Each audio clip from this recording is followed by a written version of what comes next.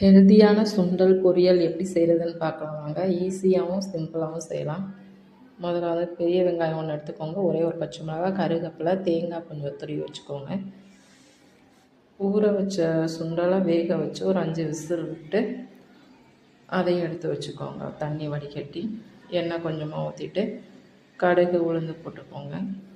நைட்டே வந்து ஊற வச்சிடணும் சுண்டல். அப்படின்னா நல்லா ஒரு 5 விசிலில் நல்லா வெந்திருக்கும், சாப்பிட்றதுக்கு நல்லாயிருக்கும்.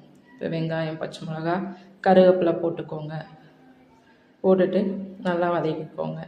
நிறைய பேர் பார்க்குறீங்க, சப்ஸ்கிரைப் பண்ணுங்கள் என் வீடியோ பிடிச்சிருந்துச்சுன்னா. அதுக்கடுத்து என்னென்ன வீடியோ போடுறோன்னா உடனுக்குடனே உங்களுக்கு கிடைக்கும். அதனால தான் நான் சப்ஸ்கிரைப் பண்ண சொல்கிறேன். உப்பு தேவையான அளவு போட்டுக்கோங்க. உப்பு போட்டுட்டு தண்ணி வடித்து வச்சுருக்கோம்ல சுண்டல், வேக வச்ச சுண்டலை போட்டுட்டு அந்த வெங்காயத்தில் நல்லா அப்படியே அந்த சுண்டல் வெங்காயம் எல்லாம் நல்லா கலந்து வரணும். இது ஈஸியாக பண்ணலாம். சாயங்கால நேரத்தில் சின்ன பசங்களுக்கு பெரியவங்களுக்கெல்லாம் கொடுத்தா அது ஒன்று நல்லா ஹெல்த்தியான ஸ்நாக்ஸ் தான் இருக்கும்.